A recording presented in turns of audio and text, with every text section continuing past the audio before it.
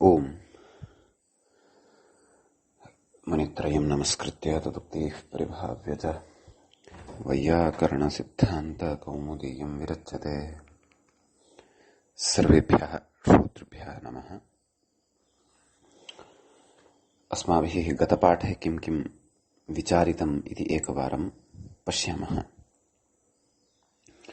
बहुव्रीहि समासप्रकरणे वयं स्मः। तत्र बहुव्रीहि समासविधायकं सूत्रं तत्र तेनेदमिति स्वरूपे इति अस्माभिः पठितं। तत्सम्बद्धः एव च विचारः अग्रे पठ्यमानः वर्तते। तत्र तेनेदमिति स्वरूपम् इत्यस्य सप्तम्यन्ते ग्रहणविषये स्वरूपे पदे, तृतीयान्ते च प्रहरणविषये स्वरूपे पदे इदं युद्धं प्रवृत्तम् इत्यर्थे समस्येते कर्मव्यतिहारे गम्यमाने अथवा कर्मव्यतिहारे द्योत्ते स च बहुव्रीहिः भवति इति पठितम्। सूत्रार्थः कथं लभ्यते सः सर्वोऽपि विचारः विस्तरेण तत्र कृतः। किञ्च इच् समासान्तः अत्र प्रत्ययः भवति, तस्मात् अव्ययीभावत्वं भवति, अव्ययत्वम् अस्य भवति इति। क्रमशः केशा केशी, दण्डा दण्डी, मुष्टी मुष्टि इति प्रयोगाः साधिताः। मुष्टा मुष्टि इति तु प्रयोगो न भवति इति अपि कश्चन अभिप्रायः व्याख्यातुः दृष्टः। तद्सन्दर्भे तत्त्वबोधिनी व्याख्यानस्य अपि एकः विचारः तत्र अस्माभिः पठितः। तदुत्तरं तत्र तेनेदमिति स्वरूपे इत्यस्य एव सूत्रस्य उदाहरणान्तरम् अस्माभिः दृष्टम्। बाहु बाहवि इति। अतः तत्रापि यथा केशा केशी इत्यत्र अथवा उदाहरणान्तरे यथा व्यवस्था तादृशी व्यवस्था तत्रापि अस्माभिः दृष्टा। तत्र पूर्वपदं यद्वर्तते बाहु इति तस्य उकारस्य दीर्घः भवति, बाहु इति आयाति। अपि च समासान्तः इच् इति प्रत्ययः भवति। तत्र ओरुगुणः इति सूत्रमस्माभिः पठितं। तेन सूत्रेण द्वितीयः यः बाहुशब्दः तस्य यः उकारः तस्य उकारस्य गुणवर्णः भवति ओ इति। अतः बाहु बाहु बाहो इ अवादेशानन्तरं बाहु बाहवि इति प्रयोगः लभ्यते। सुप्रत्ययः आयाति, तस्य लोपः भवति। एतावान् विषयः अस्माभिः चर्चितः वर्तते। अग्रे अत्र अस्ति कश्चन विशेषः कथ्यमानः ग्रन्थकारेण। काचित् परिभाषा उच्यमाना वर्तते। सा परिभाषा इदानीम् अग्रे अस्माभिः पठिष्यते। तस्याः परिभाषायाः अवतरणिकां बध्नन् कथयति व्याख्याता। ननु गुणः उकारस्थाने भवन् स्थानसाम्यात् ओकारः एव भवति। नाम उकारस्थाने गुणः उक्तः। केन उक्तः? ओर्गुणः इत्यनेन उक्तः। उवर्णान्तस्य भस्य गुणः स्यात् तद्धिते प्रत्यये परतः इत्युच्यमानं वर्तते। तर्हि कथयति, नाम उकारस्य स्थाने भवन् यः स्थानसाम्यात् ओकारः कः गुणः, ओरूपः गुणः, सः ओकारः एव खलु भवति खलु। ततश्च लाघवात् ओरोत् इत्येव सिद्धे गुणः इति गुरुनिर्देशः व्यर्थः इति। नाम सूत्रे गुणग्रहणं न कर्तव्यम्। ओः ओत् इत्येव उच्यते चेत् पर्याप्तं खलु, लाघवं भवति। यतोहि उकारस्थाने तदेव उकारस्य ओ इति इत्याख्यः गुणवर्णः भवति इति कथनापेक्षया ओरोत् इत्येव यदि सूत्रमुच्येत तर्हि अपेक्षितार्थसिद्धिः जायते एव खलु। किमर्थं गुणग्रहणेन तत्र गौरवं कर्तव्यम्? गौरवदोषः तत्र उत्पद्यते इति। ओर् गुणः इत्यपेक्षया ओरोत् इत्येव वक्तव्यम् इति। तर्हि ओरोत् इत्यनेनैव यदि कार्यं सिद्ध्यति लाघवं चापि भवति तर्हि कुतः तत्र गुणग्रहणं व्यर्थं खलु इति उच्यते। अतएव कथयति अग्रे किम् ततश्च लाघवात् ओरोत् इत्येव सिद्धे गुणः इति गुरुनिर्देशः नाम गुणः इति गौरवयुक्तः निर्देशः ओरोत् इति सूत्रकरणे तु लाघवं वर्तते, परन्तु तत्र ओर् गुणः इति सूत्रस्य कथने तत्र गौरवं भवति। ओरोत् इत्येव सिद्धे गुणः इति गुरुनिर्देशः व्यर्थः नाम गुणः इति गुरुनिर्देशः न कर्तव्यः इत्यत आह। अतः कथयति किं कथयति ओरोत् इति मूले उक्तं किमुक्तम् ओरोत् इति वक्तव्ये गुणोक्तिः संज्ञापूर्वको विधिरनित्यः इति ज्ञापयितुम् इति। नाम तत्र ओरोत् इति वस्तुतः लाघवदृष्ट्या एव वक्तव्यमासीत्, तथापि गुणोक्तिः कृता नाम गुण इति शब्दः पठितः ओर् गुणः इति। तर्हि सा गौरवयुक्तिः या वर्तते नाम गौरवोक्तिः या एषा वर्तते नाम गौरवयुक्तं पदं यद् वर्तते अत्र लाघवं गौरवं च ज्ञायते किल। ओरोत् इत्येव सूत्रं कुर्मः तर्हि तत्र मात्राः न्यूनाः भवन्ति। ओर् गुणः इति उक्ते सति तु मात्राधिक्यं भवति। तत्र तु लाघवप्रियाः वैयाकरणाः इति प्रसिद्धिः अस्ति एव। अतः तत्र उच्यते अर्धमात्रा लाघवेन पुत्रोत्समं मन्यन्ते वैयाकरणाः इति। तर्हि लाघवम् एव कुतः न प्रकृतेऽपि क्रियते, कुतः गौरवभूतं वचनम् ओर्गुणः इत्युच्यते। सत्यम् यद्यपि ओरोत् इत्यनेनैव सिद्ध्यति, परन्तु अत्र गुणशब्दः व्यर्थः सन् कञ्चन नियमं ज्ञापयति। कः सः नियमः इति चेत् संज्ञापूर्वकः विधिः अनित्यः भवति इति। संज्ञापूर्वकः विधिः नाम तत् यत्र संज्ञाशब्दम् उच्चार्य विधानं क्रियमाणं भवति, कश्चन विधिः क्रियमाणः भवति, सः विधिः अनित्यः भवति इति। अतः प्रकृते गुणशब्दमुच्चार्य प्रकृते तत्र विधिः क्रियमाणः वर्तते।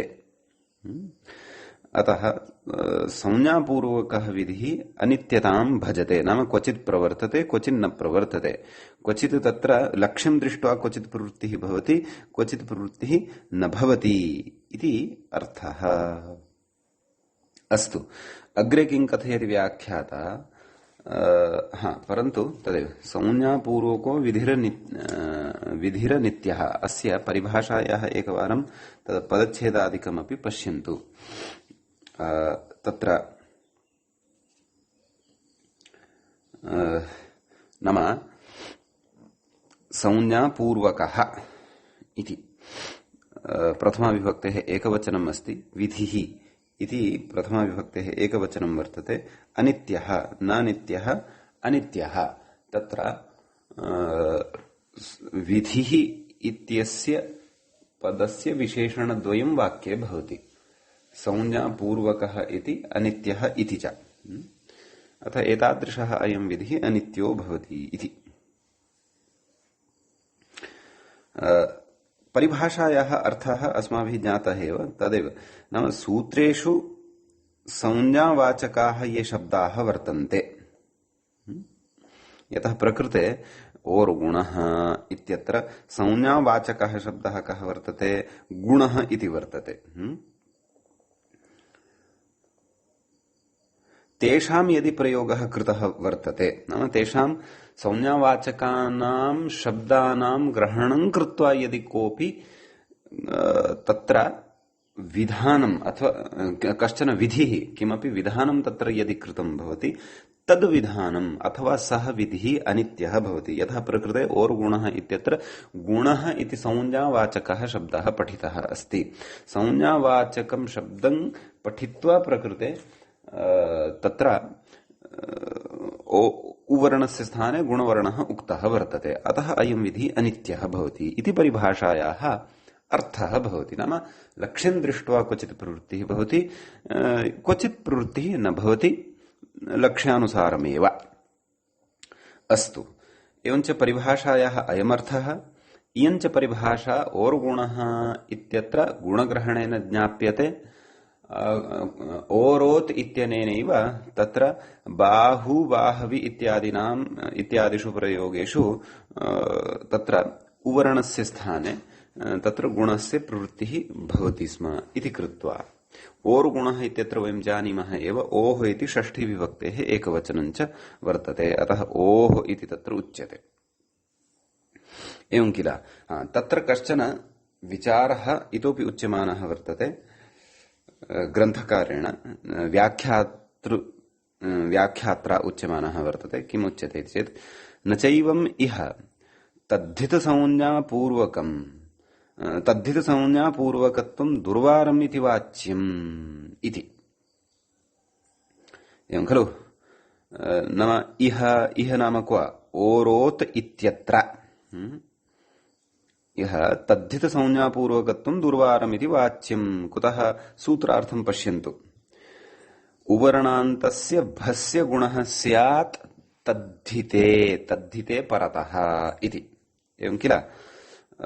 तत्र नस्तद्धिते इत्यतः तद्धिते इत्यस्य अनुवर्तनं भवति इति अस्माभिः पूर्वं पठितमेव खलु और गुणः इति सूत्रपठनसमये। अतः तद्धिताः इत्यपि एका संज्ञा एव वर्तते खलु। अतः तद्धितसंज्ञापूर्वकत्वम् अपि प्रकृतसूत्रस्य भवति इति न वक्तव्यम्।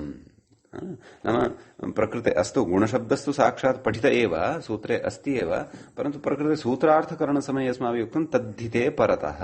अतः प्रकृते तद्धितविधिः यः अस्ति, तद्धितप्रत्ययविधिः यः वर्तते, तादृश तद्धित प्रत्ययस्य परकत्वे सत्यपि अनित्यता वक्तव्या इति न वक्तव्यम्। नाम तद्धित प्रत्यये परतः एव उ इत्यस्य ओ भवति इति सर्वात्मना तथा न वक्तव्यम्। कुतः? तद्धित इति संज्ञाशब्दः तत्र गृहीतः भवद्भिः। अतः तद्धित इति संज्ञाशब्दं गृहीत्वा प्रकृते तद्धित प्रत्यये परतः एव वर्णस्य स्थाने गुणः भवति इत्यस्मिन् विषये अपि अनित्यतां स्वीकुर्वन्तु। अस्मिन् पक्षे अपि अनित्यता स्वीक्रियताम्। अतः यत्र तद्धित प्रत्ययः परतः नास्ति तत्रापि गुणविधानम् उच्यताम् इति चेत् तथा न वक्तव्यम्। कुतः न वक्तव्यम्? तत्र युक्तिः प्रदर्श्यते। का सा युक्तिः इति चेत् अग्रे कथयति। किम्? विधेय समर्पकं पदं यत्र। एवं खलु। संज्ञारूपं नाम यत्र विधेय समर्पकं पदं संज्ञारूपम् उच्यते स एव संज्ञापूर्वक विधिः इत्यभ्युपगमात् इति। नाम विधेय समर्पकस्य संज्ञारूपस्य पदस्य एव तत्र विषये यह विधिः नाम संज्ञारूपं यत् पदं भवति तत्पदं विधेय रूपम् अपि तत्र भवेत्, न तु निमित्त रूपं भवेत्। अतः तदवस्थायामेव तत्र सः तादृशः विधिः अनित्यः भवति। संज्ञापूर्वकः तादृशः विधिः अनित्यः भवति। प्रकृते और गुणः इत्यत्र विधेयः कः वर्तते इति चेत् गुणः वर्तते। कस्य स्थाने वर्तते? उ इति वर्णस्य स्थाने वर्तते। अतः विधेय समर्पकं पदं संज्ञारूपम् अस्ति यदि, तर्हि एव तत्र संज्ञापूर्वक विधिः अनित्यः भवति। संज्ञापूर्वक विधिः अनित्यः भवति इति अस्माभिः अर्थः तत्र स्वीकर्तव्यः। यत्र तु विधेयत्वं न वर्तते, विधेयता यस्य विधेः न वर्तते, तादृशः विधिः तत्र तादृशः संज्ञापूर्वकः विधिः नित्यः न भवति। प्रकृते सत्यम् अङ्गीकुर्मः, प्रकृतसूत्रं प्रति तद्धिता नस्तद्धिते इत्यस्मात् तद्धिते इति अनुवर्तते। तद्धित इत्यपि संज्ञाशब्दविशेषः कश्चन भवति, परन्तु प्रकृते तद्धितः विधेयः नास्ति इति भेदः बुद्धौ स्थापनीयः। विधेयस्तु कः वर्तते? विधेयः वर्तते गुणः, तद्धितस्तु निमित्तं प्रकृते वर्तते। नाम तद्धित प्रत्यये परतः अत्र गुणः भवति इत्युच्यते। अतः तद्धितस्य अविधेयत्वात् तद्धित संज्ञा संदर्भे अत्र तस्य निमित्तकत्वे तद्धित प्रत्ययस्य निमित्तकत्वे सति अस्माभिः तत्र निमित्तकत्वाय एव तत्र अनित्यत्वम् अथवा तस्य विकल्पे तस्य लक्ष्यं दृष्ट्वा तस्य अनित्यत्वं स्वीकर्तुं न शक्यते। यतः तद्धित विषयः अत्र विधेयः नास्ति, प्रकृते यः विधेयः वर्तते सः वर्तते गुणः। अतः अत्र एवं एतादृशी शंका न कर्तव्या। अतः तेन किं फलति? तेन इदं फलति यत् तद्धिते प्रत्यये परत एव तत्र उ इत्यस्य स्थाने गुणः भवति इति। आम्, सः गुणः क्वचिन्न भवति संज्ञापूर्वको विधिरनित्यः इति नियमबलात्। तत्तु अस्माभिः तस्य प्रयोजनं किं तत्तु अचिरेण ज्ञास्यते। एवं किल? अतः ओरोत् एतादृशी शंका उत्पन्ना आसीत् पूर्वपक्षिणः। तां शंकां परिहृत्य इदानीम् अन्यामपि शंकाम् आदाय तत्र समादधाति व्याख्याता। किं कथयति? न च, नाम एवमपि न वक्तव्यं। किं न वक्तव्यं? यद् अग्रे चिन्त्यमानम् अस्ति। केन? पूर्वपक्षिणा। किम्? ओत् इति तपरस्तत्कालस्य संज्ञा इति वाच्यम्। अयम् इदं विचारद्वयमपि कदा क्रियमाणं वर्तते? ओरोत् इति सूत्रं यदि क्रियते तदा। वस्तुतः गतविचारः यः वर्तते ओर्गुणः इत्यत्र तत्रापि सः विचारः भवितुमर्हति। कुतः? यतः तद्धित इति ग्रहणं तत्रापि वर्तते खलु, तद्धिते इति अनुवर्तनवशात्। परन्तु विशिष्य इदं विचारद्वयमपि ओरोत् इति उच्यमानं वर्तते। कुतः? यतः ओरोत् इत्यनेनैव सिद्धे ओर्गुणः इति सूत्रस्य वैयर्थ्यं खलु प्रतिपाद्यमानं वर्तते। तद्वैयर्थ्यं च पुरस्कृत्य अस्माभिः तत्र गुणविधानं खलु क्रियमाणं परिभाषा ज्ञापनं खलु क्रियमाणं वर्तते। अतः प्रकृते अपि तत्र कश्चन विचारः इतोपि उपस्थाप्यमानः वर्तते। नाम तथापि न चिन्तनीयं, तथापि नापादनीयं। किं? तदेव ओत् इति, नाम यत् सूत्रं कृतं वर्तते। किम्? ओरोत् इति। ओत् इति तपरस्तत्कालस्य संज्ञा इति वाच्यं। नाम इदमपि न वक्तव्यं। कुतः? तत्र ओत् इत्यत्र तपरकरणं कृतं। तपरकरणं यदि कृतं तर्हि तत्र तपरस्तत्कालस्य संज्ञा, नाम तपरः तत्कालस्य संज्ञा भवति इति तत्र अस्माभिः तपर संज्ञा अस्माभिः पठ्यते। नाम तपरः कः भवति? नाम तत्कालस्य तपरः इति संज्ञा भवति। अतः प्रकृतेपि संज्ञाविधिः उपस्थितः भवत्येव खलु। क्व? ओत् इत्यत्र स च संज्ञाविधिः तपरस्तत्कालस्य इत्यनेन ज्ञाप्यते खलु। यतः तत्कालस्य तपरः इति संज्ञा क्रियते खलु तत्र। अतः तथा चेत्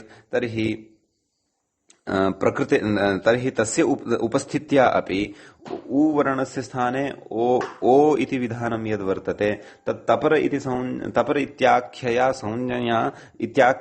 संज्ञायाः उपस्थित्या अनित्यतां भजेत खलु।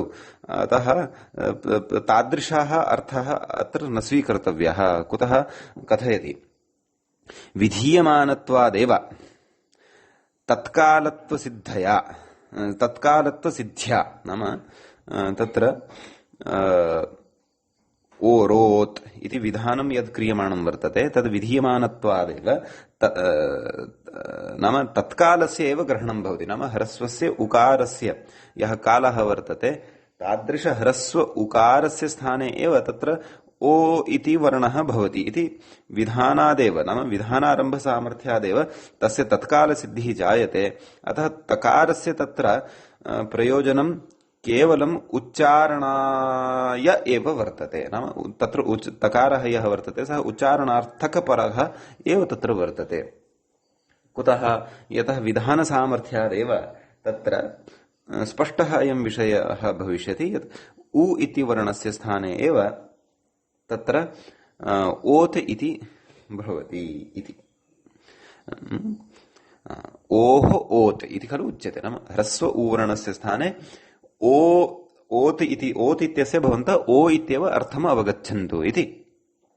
कुतः? तद् विधानसामर्थ्यादेव तत्र उच्यते, तदेव समाधानम् उच्यमानं वर्तते। विधानसामर्थ्यादेव तत्र ओ वर्णस्य तत्कालस्य एव तत्र ग्रहणं भविष्यति, न तु इतरस्य इति कृत्वा तत्र तकारः उच्चारणार्थकः एव वर्तते। वस्तुतः तत्र तकारः नास्ति इत्येव चिन्तनीयम्। अस्ति चेदपि उच्चारणसौकर्याय एव वर्तते। तर्हि उच्चारणसौकर्याय एव यदि सः तकारः अस्माभिः गृह्यते तर्हि तु तपरस्तत्कालस्य इत्यस्य विषयः तत्र नान्तर्भवति। तपरस्तत्कालस्य इत्यस्य विषयः यदि तत्र नान्तर्भवति तर्हि तपर इत्याख्या संज्ञा अपि तत्र न वक्तव्या भवति। अतः तपर इति संज्ञायाः तत्र यदि उपस्थितिरेव न भवति तर्हि तत्र प्रकृते नाम संज्ञापूर्वकः विधिरनित्यः इत्यस्य नियमस्य अपि तत्र उपस्थितिः न जायते। तस्य च नियमस्य उपस्थितिः अपेक्षिता एव वर्तते इति कृत्वा तत्र ओर्गुणः इत्येव सूत्रं कर्तव्यम्। ओर्गुणः इति सूत्रं यदि तु क्रियते तदा तत्र गुणः इति संज्ञाशब्दग्रहणसामर्थ्यात् अतिरिक्त शब्दग्रहणात् गौरवाच्च तत्र संज्ञापूर्वकः विधिरनित्यः इति सिद्धान्तः फलितः भवति इति तत्र उच्यते। भवतु तर्हि किं प्रयोजनं कस्याः अस्याः परिभाषायाः? नाम प्रकृते संज्ञापूर्वको विधिरनित्यः इति यदुच्यमानं वर्तते तेन किं साधनीयं वर्तते, तादृशवचनस्य प्रयोजनं किं वर्तते इति अधुना अस्माभिः अग्रे चर्च्यते। तदर्थं कथयति ग्रन्थकारः स्वायम्भुव इति खलु। तत्र कथयति स्वयंभुवः अपत्यम् इत्यर्थे अण् इति प्रत्ययः भवति। एवं खलु। स्वयंभुवः अपत्यम् यः अस्ति तस्मिन् अर्थे अण् प्रत्ययः कृतः। का स्थितिः जायते तत्र स्वयंभू अण् खलु। स्वयं भवति इति स्वयंभूः इति तत्र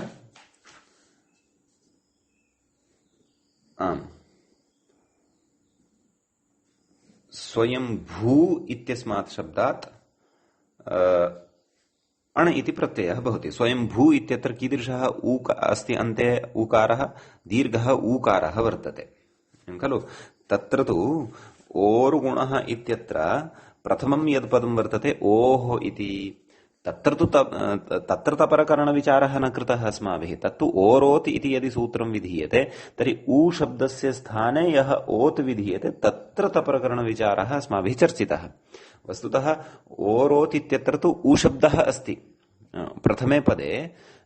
ओर्गुणः क्षन्तव्यः। ओर्गुणः इति इत्यस्मिन् सूत्रे तु प्रथमे पदे ओः इत्यत्र तु ह्रस्वः उकारः वर्तते।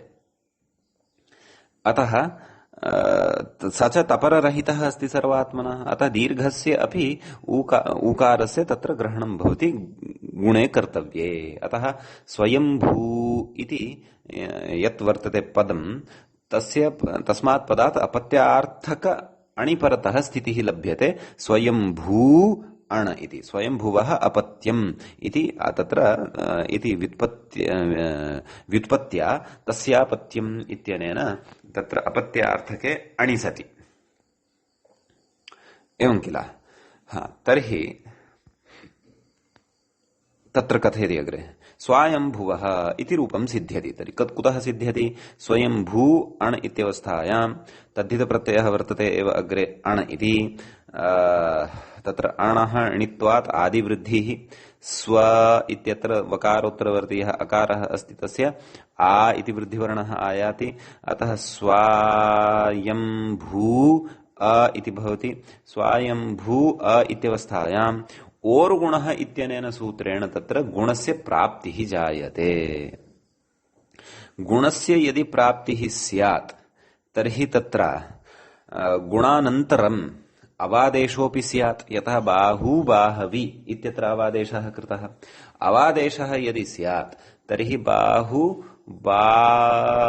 क्षन्तव्यः स्वयं भो गुणानन्तरं स्वयं भव अ मेलनेन स्वयं भव ततः तत्र सुप्रत्ययः सस्य रुत्ते विसर्गे सति स्वयं भवः इति अनिष्टः प्रयोगः तत्र लब्धः स्यात् परन्तु तादृशः सः अनिष्टः प्रयोगः तु अस्माकं नापेक्षितः इति कृत्वा तत्र उच्यते संज्ञापूर्वको विधिरनित्यः नाम प्रकृते ओर् गुणः इति गुणशब्दम् आदाय अयं विधिः क्रियमाणः वर्तते इति कृत्वा गुणिति संज्ञाशब्दम् आदाय अयं विधिः क्रियमाणः अस्ति इति कृत्वा अयं विधिः अनित्यः नाम अनित्यतां भजते इति कृत्वा तत्र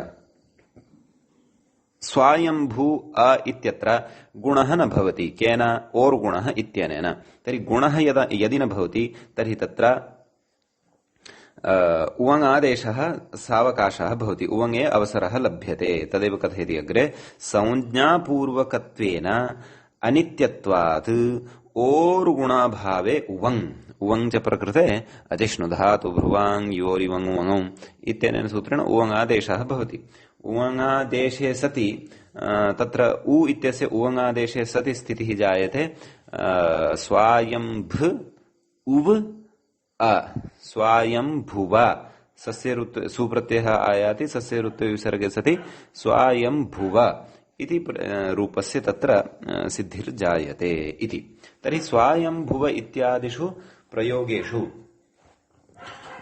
गुणः यथा न स्यात् तदर्थम् अत्र एषा परिभाषा आश्रीयते अस्याः परिभाषायाः आश्रयणं स्वीक्रियते एषा च परिभाषा सूत्रकारेण एव ज्ञाप्यते ओर् गुणः इत्यत्र गौरवभूतं वचनं गुणः इति वचनं पठित्वा अन्यथा ओरोत् इत्यनेनपि तत्र सिद्धिः तु भवितुम् अर्हति इति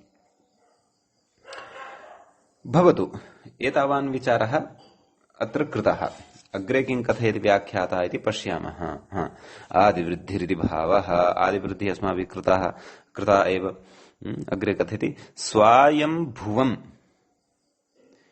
इति पाठे तस्येदम् इति नाम क्वचित् स्वायम्भुवम् इत्यपि पाठः दृश्यते कौमुद्याः मूले प्रकृते कः पाठः दृश्यते तेन कः स्वायम्भुवः इति तत्र विसर्गलोपद्वारा स्वायम्भुव इति पाठः लभ्यते नाम तत्र विसर्गस्य लोपः जातः वर्तते तर्हि स्वायम्भुवः इत्यत्र यदि पुंलिङ्गत्वं साधनीयं तर्हि स्वयम्भुवः अपत्यं पुमान् इत्यस्मिन् अर्थे अण पुल्लिङ्गे इदं रूपं साधनीयं कुतः यतः तस्य अपत्यं यः वर्तते सः पुमान् अस्ति पुंलिङ्गस्थं वर्तते इति कृत्वा यदि पाठः क्वचित् पाठभेदः अपि दृश्यमानः वर्तते अत्र यदि पाठः स्वायम्भुवम् इति रूपेण यदि लक्ष्यमाणं वर्तते तर्हि तु तस्येदम् नाम स्वायम्भुवः इदम् इत्यस्मिन् स्वयम्भुवः इदम् इत्यस्मिन् अर्थे तत्र अणप्रत्ययः वक्तव्यः तथा चेत् इदम् इति नाम इदम् इति यत्किमपि तद् नपुंसकत्वात् स्वायम्भुवम् इत्यस्यापि नपुंसकत्वमेव भवति इति अर्थः एवं खलु तर्हि एवं रीत्या अस्ति विशेषः प्रकृत उदाहरणे प्रकृत परिभाषायाञ्च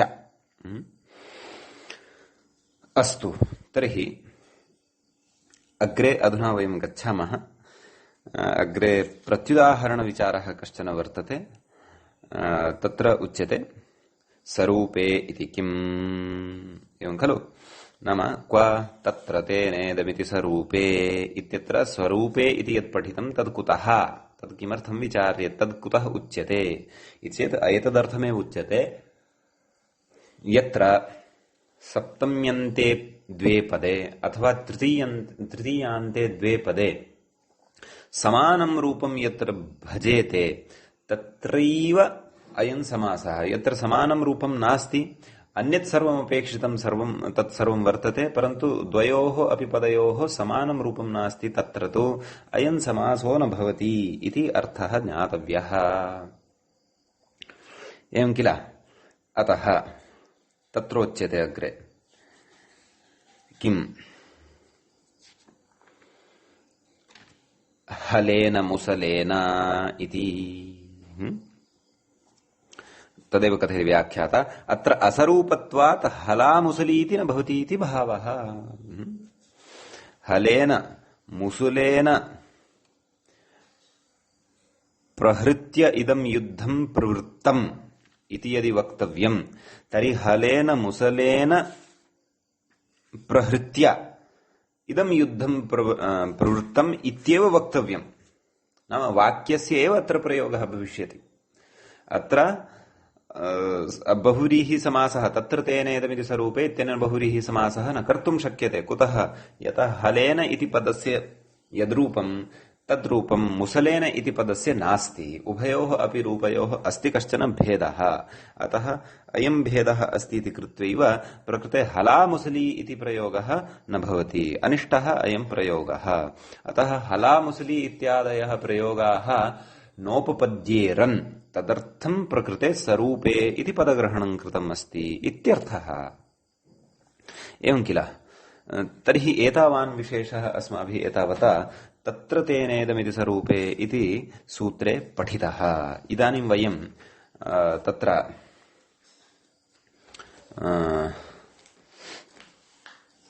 बहुव्रीहि समास विधायकम् अग्रिमं सूत्रं पठिष्यामः। तच्च सूत्रं साक्षात् अत्रैव प्रकरणे अग्रिमं सूत्रमेव भवति। सूत्रम् इत्थम् अस्ति: तेन सहेति तुल्ययोगे इति। सूत्रस्य पदच्छेदमादौ पश्यामः। तेन इति। तेन इत्यत्र तच्छब्दः वर्तते, तृतीया विभक्तिः वर्तते, एकवचनं च वर्तते।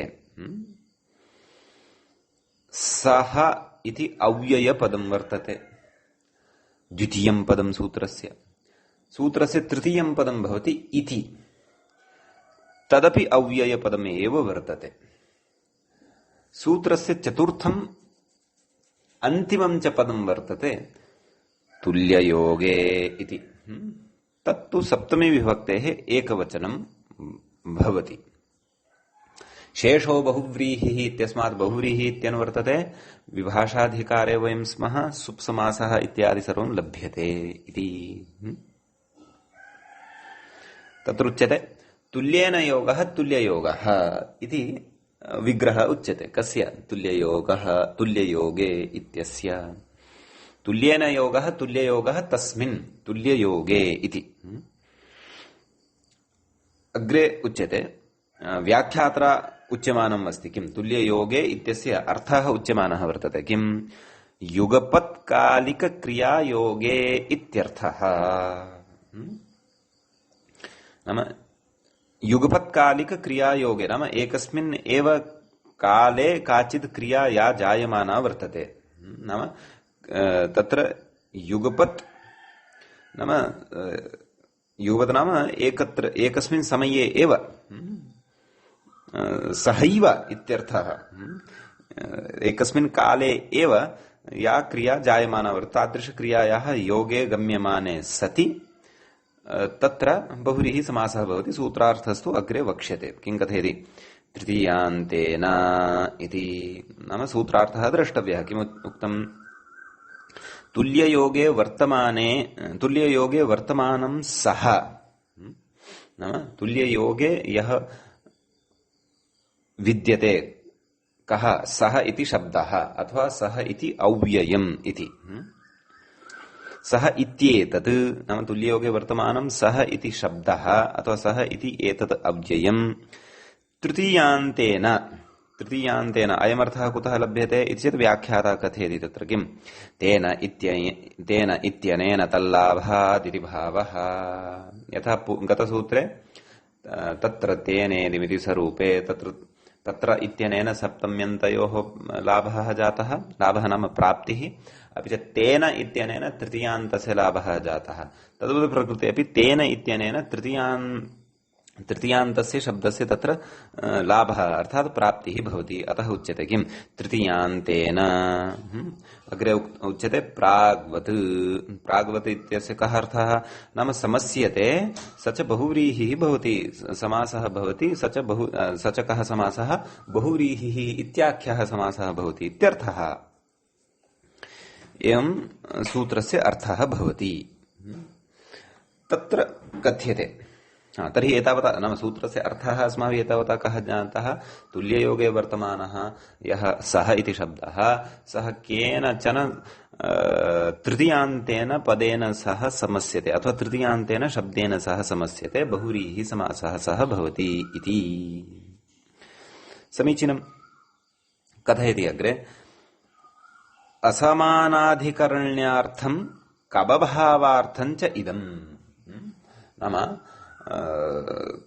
तत्र अनेकं प्रथमान्तम् अन्यपदार्थे अन्यस्मिन् पदार्थे गम्यमाने समस्यते इत्युच्यते खलु केन अनेकमन्यपदार्थे परन्तु प्रकृते एतस्य सूत्रस्य प्रयोजनं वर्तते असमानाधिकरण्यार्थं नाम उभयोः पदयोः तत्र अप्रथमान्तत्वे सत्यपि सर्वदा प्रथमान्तत्वमेव स्वीकृतमिति न अथवा असामानाधिकरण्ये सति नाम विभक्तिभेदं दृष्ट्वा अपि वयम् असामानाधिकरण्यं जानीमः एकदेशवृत्तित्वम् अस्ति उभयोः अपि समस्यमानपदयोः एकपदार्थवृत्तित्वम् अस्ति उभयोः समस्यमानपदयोः अथवा न इति परिशीलनेनपि वयं तत्र सामानाधिकरण्यम् अथवा असामानाधिकरण्यं जानीमः इति अस्माभिः गतप्रकरणेषु बहुतः बहुत्र विचारितं वर्तते भवतु तर्हि किं कथयति असामानाधिकरण्यार्थं कबभावार्थं च नाम कप् प्रत्ययस्य अभावाय च इदं सूत्रम् आरब्धं वर्तते बहुव्रीहौ कप् प्रत्ययः अपि तत्र विहितः वर्तते समासान्ताः पठिष्यन्ते अग्रे विस्तरेण तेषु समासान्तेषु एकः कप् इति प्रत्ययः भवति तत्र उरः प्रभृतिभ्यः कप् इति पञ्चमाध्यायस्य अन्ते ततः आरभ्य कपः विधानं कृतं वर्तते कैश्चित् सूत्रैः अतः प्रकृते निष्पन्न बहुव्रीहि समासात् कप् प्रत्ययः अपि यथा न स्यात् तदर्थमपि इदं सूत्रम् आरब्धं वर्तते तत् कथं न स्यात् तदिति अग्रे सर्वमपि विवरणं पठित्वा ज्ञास्यते भवतु अस्माभिः प्रकृते प्रयोगः साधनीयः वर्तते सपुत्रः पुत्रेण सह सपुत्रः सह पुत्रो वा इति विकल्पेन रूपद्वयं साधनीयं वर्तते सपुत्रः इति सह पुत्रः इति वा एवं खलु तर्हि तत्र पुत्रेण सह इति अलौकिकविग्रहः भवति लौकिकविग्रहस्तु भवति पुत्र टा सह तेन सहेति तुल्ययोगे इत्यनेन तत्र समासः विधीयते समासानन्तरं प्रातिपदिकसंज्ञा भवति ततः परं सुबुलुक् भवति पुत्र सह इति स्थितिः लभ्यते ततः परं तत्र पश्यन्तु सह इति प्रथमान्तं वर्तते नाम अव्ययं वर्तते अव्ययानामपि विभक्तिभेद निर्देशः भवत्येव खलु अतः प्रथमान्तम् एव तत्र सह इत्यस्य स्वीकर्तव्यम् अतः प्रथमान्तत्वात् तस्य प्रथमानिर्दिष्टत्वं समुत्पद्यते प्रथमानिर्दिष्टत्वात् कस्य सह इत्यस्य प्रथमानिर्दिष्टत्वात् तस्य वयं पूर्वनिपातं कुर्मः प्रथमानिर्दिष्टं समास उपसर्जनं पूर्वम् अतः सह इति पूर्वम् आगत्य तिष्ठति इत्यर्थः एवञ्च तत्र सह आगत सह पुत्र इति तत्र लभ्यते एतावता स्थितिः लभ्यते अपि च किमुक्तं तुल्ययोगे वर्तमानं सह इति पुत्रेण सह आगतः, तत्र अर्थः कः उक्तः, तुल्ययोगः इत्यस्य अर्थः कः उक्तः, युगपत्कालिकक्रियायोगः।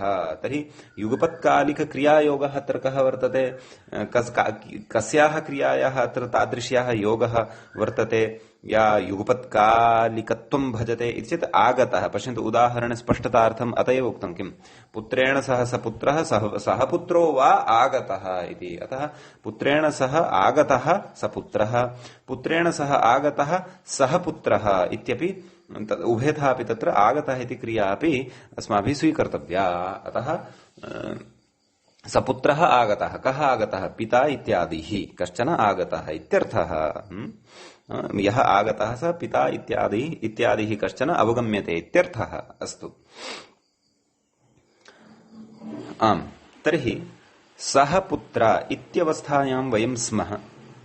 सः पुत्र इत्यत्र सः इत्यस्य स्थाने स इति आदेशः कर्तव्यः वर्तते।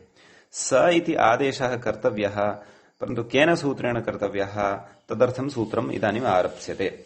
यद्यपि सः इत्यस्य स्थाने तत्र स इति आदेशविधानं किञ्चन अस्माभिः अव्ययीभावप्रकरणे अपि पठितम् आसीत्। सहरि, सचक्रम् इत्यादि शब्दानां निर्माणसमये अव्ययीभावे चाकाले इति प्रायः सूत्रम् आसीत् इति अहं स्मरामि। अतः तत्र एतद् सः स्थाने स इति विधानस्य तत्र कश्चन प्रकारः अव्ययीभावप्रकरणे पठितः, कश्चन प्रकारः इदानीं बहुव्रीहि सम्बद्धः पठ्यमानः वर्तते। तदर्थं सूत्रं वर्तते वोपसर्जनस्य इति। सूत्रं षष्ठाध्यायस्थं भवति। तृतीयपादे द्व्यशीतितमं सूत्रं भवति। सूत्रस्य पदच्छेदं पश्यामः यदि, सूत्रे द्वे पदे स्तः, वा इति एकं पदम्, उपसर्जनस्य इति पदान्तरम्, एवं खलु। तत्र अलुगुत्तरपदे इत्यस्मात् उत्तरपदे इति आयाति। उत्तरपदाधिकारे इदं सूत्रं पठितम्, अतः कथयति व्याख्याता उत्तरपदे इत्यधिकृतम्, एवं खलु। अग्रे कथयति सहस्य ससंज्ञायाम् इत्यतः सहस्य सः इत्यनुवर्तते। तस्मात् सहस्य सः इत्यनयोः पदयोः अनुवर्तनं भवति। उपसर्जनस्य इति सूत्रे पठितं तद्विषये कथयति उपसर्जनम् अस्य अस्ति इति उपसर्जनः, नाम कीदृशस्य उपसर्जन शब्दस्य षष्ठी विभक्तेः एकवचनं प्रयुक्तं सूत्रे उपसर्जनस्य इति चेत् तत्र उपसर्जनम् अस्य अस्ति इति उपसर्जनः इति अर्थः तत्र ग्राह्यः। कथम् अयमर्थः इति चेत् कथयति अग्रे मत्वर्थे अर्षाद्यच्, अर्ष आदिभ्योच् इत्यनेन सूत्रेण अच् इति प्रत्ययः विधीयते। तस्मिन् गणे नाम अर्ष आदिगणे तत्र उपसर्जन शब्दस्यापि अन्तर्भावं कृत्वा ततः मतुवर्थे अचं वयं कथयामः। मतुवर्थे अचा उपसर्जनः इति शब्दः सिद्धः भवति। तादृश मतुवर्थापन्नस्य उपसर्जन शब्दस्य षष्ठी विभक्तेः एकवचनं भवति उपसर्जनस्य। एवं तर्हि उपसर्जनम् अस्य अस्ति इति, तर्हि अस्य अस्ति इति सः कः नाम कस्य अस्ति इति, नाम तद् मतुवर्थे निष्पन्नानि रूपाणि प्रायशः विशेषणरूपाणि एव भवन्ति। तर्हि उपसर्जनस्य इति यदि विशेषणपदम् अत्र गृहीतं तर्हि तस्य विशेष्यपदं किं भवति इति जिज्ञासा खलु जायते। इति चेत् तत्र उच्यते, व्याख्यातरा स्पष्टीक्रियते, न तस्याः जिज्ञासायाः परिहारः क्रियते। किम् उत्तरपदाक्षिप्तसमासः विशेष्यम्, नाम उत्तरपदेन आक्षिप्यते यः समासः सः समासः प्रकृते विशेष्यरूपः भवति। तर्हि किम् नाम वा उपसर्जनस्य समासस्य नाम तादृशस्य समासस्य यः समासः उपसर्जनः भवति। उपसर्जन इति शब्दस्य च अर्थः अस्माभिः ज्ञायते एव। नाम यत्र विद्यमानपदानि तद् उपसर्जनत्वं नाम गौणत्वं भजन्ते तादृश उपसर्जनसमासः। स च उपसर्जनसमासः बहुव्रीहिसमासोऽपि भवत्येव इति वयं जानीमः। कुतः? यतः तत्र समासघटकपदानां पदप्राधान्यं न भवति, परन्तु समासपदानि विहाय अन्यः पदार्थः कश्चन यः भवति तस्य पदार्थस्य एव तत्र प्राधान्यं भवति। अस्तु, तर्हि उपसर्जनस्य नाम तदेव कश्चन कस्यचित् समासस्य इत्यर्थः। उत्तरपदाक्षिप्तः समासः अत्र विशेष्यरूपः भवति। उपसर्जनस्य अर्थात् समासस्य नाम तादृशस्य समासस्य यः समासः उपसर्जनः भवति। समीचीनं। कुतः? उपसर्जनम् अस्य अस्ति इति व्युत्पत्त्याश्रयणात्। एवं किल? अग्रे कथयति उपसर्जनवतः समासस्य इत्यर्थः। नाम उपसर्जनवान् अस्ति यः समासः तस्य इत्यर्थः इति कथयति। भवतु। अग्रे पुनरपि अत्र कश्चन विचारः उच्यमानः वर्तते। यद्यपि सर्वेषामपि समासानां कश्चिद् अवयवः उपसर्जनमेव, नाम सर्वेपि ये समासः भवन्ति द्वन्द्वादिकं विहाय तत्र कश्चन एकः अवयवः उपसर्जनम् एव भवति। नाम तदेव पूर्वपदार्थप्राधान्ये सति उत्तरपदार्थस्य उपसर्जनत्वं भवति, नाम अप्राधान्यं भवति। क्वचित् उत्तरपदार्थस्य प्राधान्ये सति पूर्वपदार्थस्य अप्राधान्यं भवति। इत्येवं रीत्या सर्वोऽपि समासः कथञ्चित् तत्र कस्यचित् अवयवस्य तत्र उपसर्जनत्वं भवत्येव कथयति अग्रे। तथापि सामर्थ्यात् उपसर्जन सर्वावयवकस्य इति लभ्यते। सामर्थ्यात् नाम उपसर्जनस्य इति पदग्रहण सामर्थ्यात् प्रकृते तत्र कः कीदृशः समासः अवगन्तव्यः? नाम यस्य समासस्य सर्वेपि अवयवाः उपसर्जनरूपाः भवन्ति, नाम गौणाः भवन्ति, प्रधानाः न भवन्ति, तर्हि एतादृशः अर्थः प्रकृते लभ्यते। एवं खलु? उपसर्जनस्य इति पदस्य ग्रहणसामर्थ्यात्। तर्हि तादृशः तु समासः यः सर्वोऽपि समासः अथवा यस्मिन् समासे सर्वाणि अपि पदानि तत्र उपसर्जनसंज्ञाभूतानि भवन्ति, तादृशस्तु समासः एक एव। कः? बहुव्रीहिः। बहुव्रीहिसमास एव तादृशः यस्मिन् यद्घटकपदानां सर्वात्मना तत्र अन्यपदार्थ प्राधान्यम् एव भवति इत्यर्थः। एवं खलु? अतः तत्र उच्यते अतः बहुव्रीहि एव ग्राह्यः तत्र इति। अतः कथयति अग्रे तथा च उपसर्जनस्य इत्यनेन बहुव्रीहेः इति लब्धम्। एवं खलु? युक्त्या तत्र बहुव्रीहि समास एव गृह्यते। नाम उपसर्जनस्य इत्यस्य प्रवृत्तिः बहुव्रीहि समास संदर्भे एव भवति। अतः तस्य अर्थः प्रकृते एवं रीत्या युक्त्या लभ्यते। तत्र बहुव्रीहेः इति नाम अनुवर्तनेन नापि लब्धं स्यात्, परन्तु एवं रीत्या तत्र युक्त्या बहुव्रीहेः इति लभ्यते। कुतः? यतः सर्वात्मना उपसर्जनत्वं तु बहुव्रीहौ एव अस्माभिः प्राप्तुं शक्यते, नान्यथा। एवं खलु? कथयति अवयवषष्ठी एषा तदाह। का अवयवषष्ठी? उपसर्जनस्य इति अवयवषष्ठी वर्तते इति। अतः उच्यते किमुच्यते? बहुव्रीहेः अवयवस्य इति। बहुव्रीहेः अवयवस्य सहस्य स्यात्। नाम बहुव्रीहि समास घटकः यः सः इति शब्दः, अथवा बहुव्रीहि समासस्य अवयवरूपः यः सः इति शब्दः, तस्य शब्दस्य स्थाने सः इति भवति। स इति आदेशः भवति इत्यर्थः। वा नाम विकल्पेन भवति। तच्च विकल्पसूचकं पदं वा इति सूत्रे एव भवति। एवं खलु? यदि तु अवयवषष्ठी इति प्रकृते न श्रूयेत न स्वीक्रियेत तर्हि तु षष्ठीनियामिकायाः परिभाषायाः षष्ठीस्थाने योगे इत्यस्याः परिभाषायाः तत्र उपस्थित्या कदाचित् समग्रस्य अपि बहु उपसर्जनस्य बहुव्रीहि समासस्य स्थाने तत्र स इति आदेशः स्यात्। तथा चेत् तर्हि किम् अवशिष्टम्? सपुत्रः अथवा सः पुत्रः इति तु प्रयोगः न लप्स्यते, स इत्येव लप्स्यते। अथवा तस्याः अपि परिभाषायाः तत्र नियामिकपरिभाषायाः उपस्थित्या अलोन्त्यस्य इति उपस्थित्या उपसर्जन रूपस्य समासस्य सपुत्र इत्यत्र अथवा तत्र सः इत्यस्य यदुक्तं तस्य अन्त्यस्य एव अवयवस्य स इति आदेशः स्यात्। परन्तु तादृशः तु तत्र अर्थः न ग्राह्यः। तत्र तु अर्थः अवयवषष्ठ्या निर्वाह्यः। अवयवषष्ठी एव कुतः इति चेत् तत्र प्रयोगानुसारम् एव तत्र लक्ष्यानुसारम् एव तत्र निर्णयः क्रियते सूत्रेषु। नाम अत्र षष्ठ्याः कः प्रकारः कीदृशः प्रकारः वर्तते इति भवतु। एवञ्च तत्र सूत्रार्थः अस्माभिः ज्ञातः भवति। सपुत्र इति अग्रे कथ्यते। नाम उदाहरणं दीयमानं वर्तते। किं? पुत्रेण सह सपुत्रः, सः पुत्रो वा।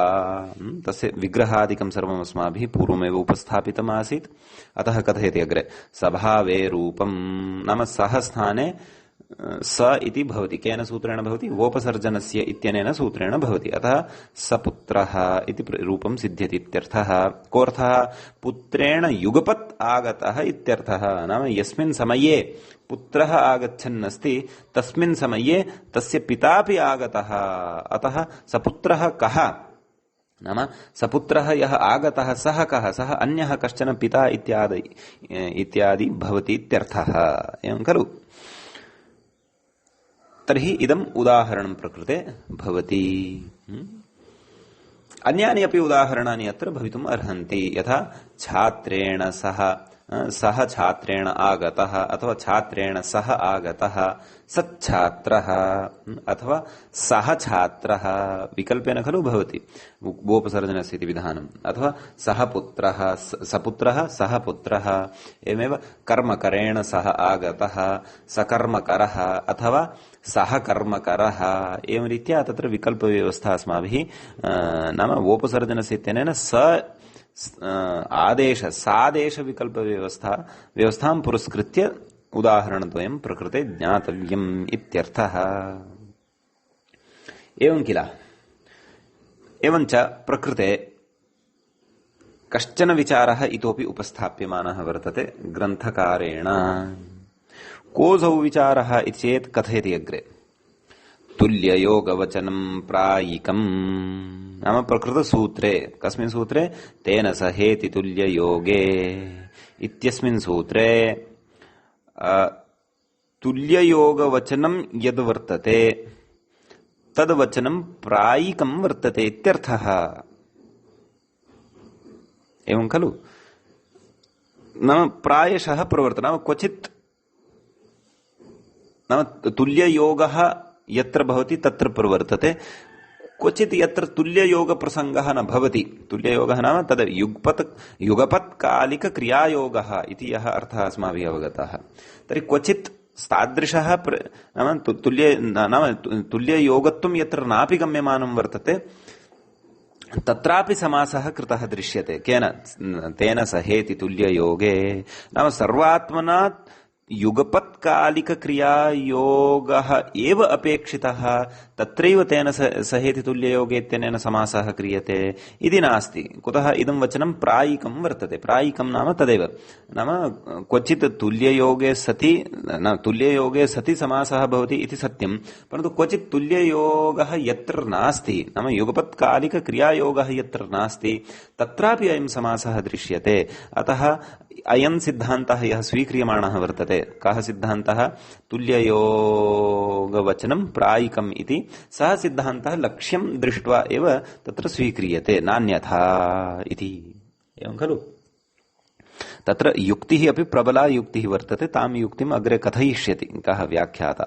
अस्तु किमुक्तवान् प्रायिकम् इति कथयति इति शब्दादिदं लभ्यते ओह नाम प्रायिकम् इति अर्थः कस्मात् लभ्यते इति शब्दात् लभ्यते इति शब्दः सूत्रे एव खलु पठितः तेन सहेति तुल्ययोगे तस्मात् तु एतावता अस्माभिः नाम इति शब्दात् तु अस्माभिः एतावता सूत्रार्थकरणाय वा अथवा सर्वविधोऽपि सिद्धान्तः यः सूत्रसम्बद्धः दृष्टः एतावता तत्र इति शब्दस्य तु यत्किमपि योगदानमेव अस्माभिः न दृष्टं तर्हि तत्र इति शब्दः यः पठितः तेन शब्देन अयं सिद्धान्तः तत्र ज्ञायते कः सिद्धान्तः नाम तुल्ययोगः इति विषयः यः चर्चितः या अपेक्षा प्रकृते क्रियमाणा वर्तते सूत्रेण सा अपेक्षा प्रायिकत्वं भजते नाम क्वचित् तुल्ययोगाभावे सत्यपि तेन सहेति तुल्ययोगे इत्यनेन समासः कर्तुं शक्यते वक्तुं शक्यते तत्र इतोपि युक्तिं दर्शयति नागेशः अतः तां युक्तिं पुरस्कृत्य एव व्याख्याता कथयति किं विभाषा सपूर्वस्य इत्यादि निर्देशात् चेति भावः एवं खलु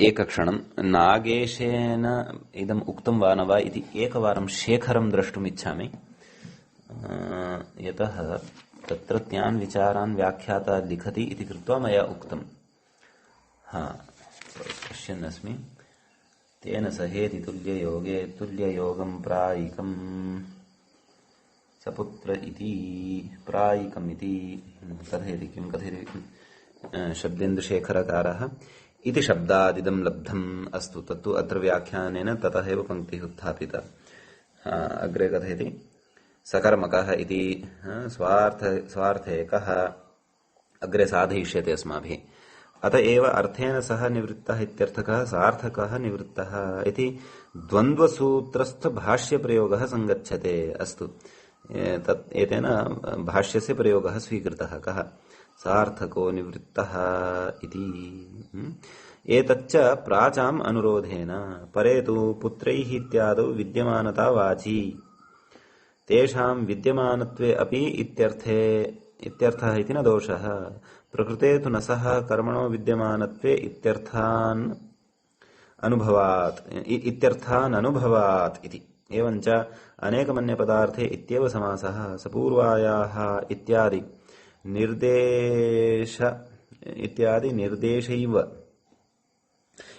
निर्देशैः एव उपसर्जनस्य इत्यत्र प्रतिपदोक्तपरिभाषायाः अप्रवृत्त्या सादेशः सुलभः सपूर्व इत्यत्र सर्वनामसङ्ख्ययोः इत्यस्य अप्रवृत्तिः अनित्यत्वात् अतएव संहितशबलक्षणवामादेश्यति सूत्रे सहोरुरित्यस्य सह विद्यमान ऊरु यस्याः इति विग्रह प्रदर्शनं कैयटादिभिः कृतमित्याहुः प्रवृत्त्या शिशि नागेशेन प्रकारान्तरेण प्रतिपादितं नाम भाष्यस्य एव प्रामाण्यमादाय कश्चन विचारः तत्र विहितः वर्तते तर्हि अयं विचारः यः प्रकृते उच्यमानः वर्तते व्याख्यात्रा कः विचारः विभाषा सपूर्वस्य इति निर्देशः यः स्वीक्रियमाणः वर्तते सः निर्देशः साक्षात् अनेन न स्वीकृतः नाम नागेशेन न स्वीकृतः परन्तु तादृश विषयस्तु तत्र ध्वनितः अतः व्याख्यात्रा एव इदमुच्यमानं वर्तते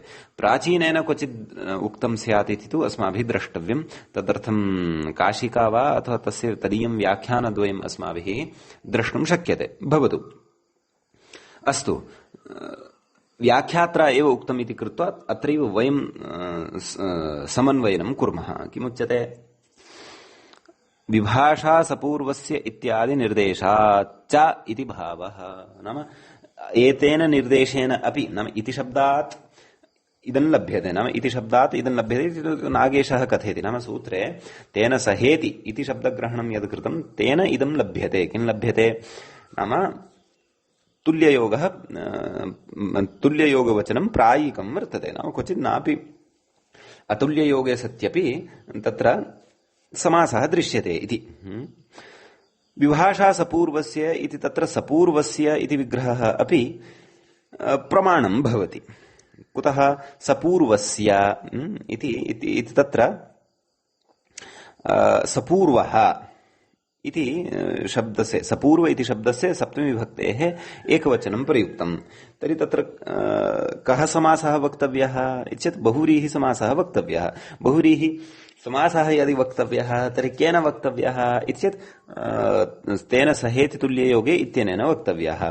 परन्तु तेन कथं वक्तुं शक्यते कुतः इत्येतत् तत्र तुल्ययोग विषयः न गम्यमानः वर्तते। विभाषासपूर्वस्य भवन्तः स्मरेयुः विभाषासपूर्वस्य इति सूत्रम् अस्माभिः स्त्रीप्रत्यये प्रकरणे पठितम् आसीत्, एवं किल? अतः सः तत्र कथं विग्रहः क्रियते स्म सपूर्वस्य विभाषासपूर्वस्य इत्यस्य नाम सः अर्थात् विद्यमानः पूर्वः नाम अवयवः यस्य इति तत्र विग्रहः क्रियते। अतः सपूर्वशब्दः तत्र निर्मीयते, तस्य षष्ठ्यन्तं तत्र उपयुज्यते सपूर्वस्य। तस्य च उदाहरणं तत्र नाम पूर्वं कश्चन पदं यदा भवति, कश्चन अवयवः यदा भवति पतिशब्दस्य, पतिशब्दात् पूर्वं किमपि शब्दान्तरत्वेन कश्चन अवयवः भवति तदा पतिशब्दस्य विकल्पेन तत्र ङीपनत्वे भवतः। अतः तत्र उदाहरणद्वयम् अस्माभिः पठितमासीत् इति भवन्तः स्मरेयुः। गृहपतिः इति एकम् उदाहरणं, गृहपत्नी इति अन्यद् उदाहरणम्। अतः तद् उदाहरणद्वयस्य साधनाय तत्र सपूर्वस्य इति प्रयोगः कृतः। तत्र च समासः बहुव्रीहिः वक्तव्यः। स च बहुव्रीहिः केन वक्तव्यः इत्येतत् तेन सहेति तुल्ययोगे इत्यनेन वक्तव्यः। परन्तु तत्र यथा पुत्रेण सह आगतः सपुत्रः इत्यादिषु युगपत्कालिकक्रियायोगः अस्माभिः पठितः, तादृशयुगपत्कालिकक्रियायोगस्तु तत्र न दृश्यते। क्व सपूर्वस्य विभाषा सपूर्वस्य इत्यत्र। अतः अत्र नाम पाणिनेः अयं प्रयोगः स्वयं स्वकीय एव प्रयोगः विभाषासपूर्वस्य इत्याख्यः इति तत्र सपूर्वस्य इति प्रयोगः एव ज्ञापयति यत् तेन सहेति तुल्ययोगे इति तुल्ययोगग्रहणम् अथवा तुल्ययोगवचनं यद् वर्तते तद् प्रायिकं वर्तते, नाम लक्ष्यं दृष्ट्वा एव प्रवर्तते। यत्र तुल्ययोगचर्चा नास्ति तत्रापि एतेन समासः वक्तव्यः। तुल्ययोगत्वं यत्र गम्यमानं नास्ति अर्थात् युगपत्कालिकक्रियायोगत्वं यत्र न गम्यमानं वर्तते तत्रापि एतेन समासः भवितुम् अर्हति इत्यर्थः। तर्हि प्रकृते उदाह्रियते किम्?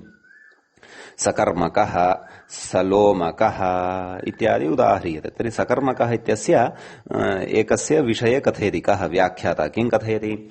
विद्यमानकर्मकः इत्यर्थः इति। तर्हि तदेव विद्यमानं कर्म नाम सः तत्र विद्यमानार्थे उपयुज्यते इति। यथा अस्माभिः सपूर्वस्य इत्यस्य विग्रहः दृष्टः, सः नाम विद्यमानः पूर्वः यस्य, सः सपूर्वः तस्य सपूर्वः, तद्वत् प्रकृते अपि विद्यमानं कर्म यस्य सः सकर्मकः। तत्र सः इति तत्र सः इति विद्यमानार्थे स्वीक्रियते। अतः प्रकृते अपि युगपत्कालिकक्रियायोगाभावे सत्यपि नाम तद् तुल्ययोगाभावे अपि तत्र समासः कर्तुं शक्यते। अतएव सकर्मकः इत्यादयः प्रयोगाः सिद्ध्यन्ति। तर्हि तुल्ययोगाभावः यदि अस्ति तर्हि कप् इत्यादयः प्रत्ययः अपि तत्र भवितुम् अर्हति। तां च व्यवस्थां वयम् अग्रे पठिष्यामः, एवं खलु? अतः अयं प्रयोगः सिद्ध्यति। एवमेव सलोमकः इत्यपि तत्र अन्यः कश्चन प्रयोगः साध्यते खलु। सः लोमभिः वर्तते इति तत्र लौकिकविग्रहः क्रियते, एवं खलु। अतः तत्र सः सकर्मकः इत्यत्र क प्रत्ययः भवति। क अस्ति वा कप् अस्ति वा इति अग्रे स्पष्टी भविष्यति।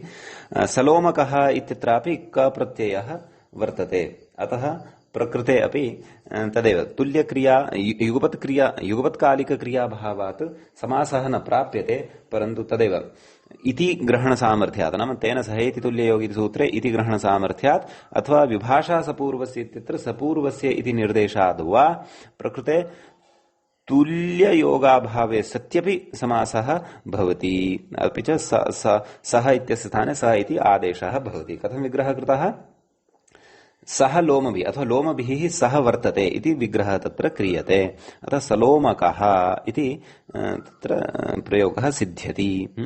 तत्र सलोमन् इति नकारान्तः शब्दः भवति, सकर्मन् इति तत्र गत उदाहरणे शब्दः भवति। तत्र अन् इति भागः लुप्तः भवति, तस्य नस्तद्धिते इत्यनेन टी भागः लुप्तः भवति। यतः कुतः अत्र समासान्तः प्रत्ययः क इति क्रियते। तादृशतद्धितप्रत्यये परतः सकर्मकः सलोमकः इत्यादीनाम् उदाहरणानामपि सिद्धिः भवति। एवञ्च एतावान् विचारः तेन सहेति तुल्ययोगे इति बहुव्रीहिसमासपक्षे वर्तते। अद्य वयम् एतावदेव पठिष्यामः। अग्रिमं विचारम् आदाय वयं पुनः उपस्थिताः भवामः। अतः तत्र अस्माभिः अग्रे पठिष्यते। अद्य तावत् अत्रैव मङ्गलं कृत्वा पाठम् उपसंहरामः। मुनित्रयम् नमस्कृत्य तदुक्तिः परिभाव्य च वैयाकरणसिद्धान्त कौमुदीयम् विरच्यते। सर्वेभ्यः शुभदिनं। नमो नमः।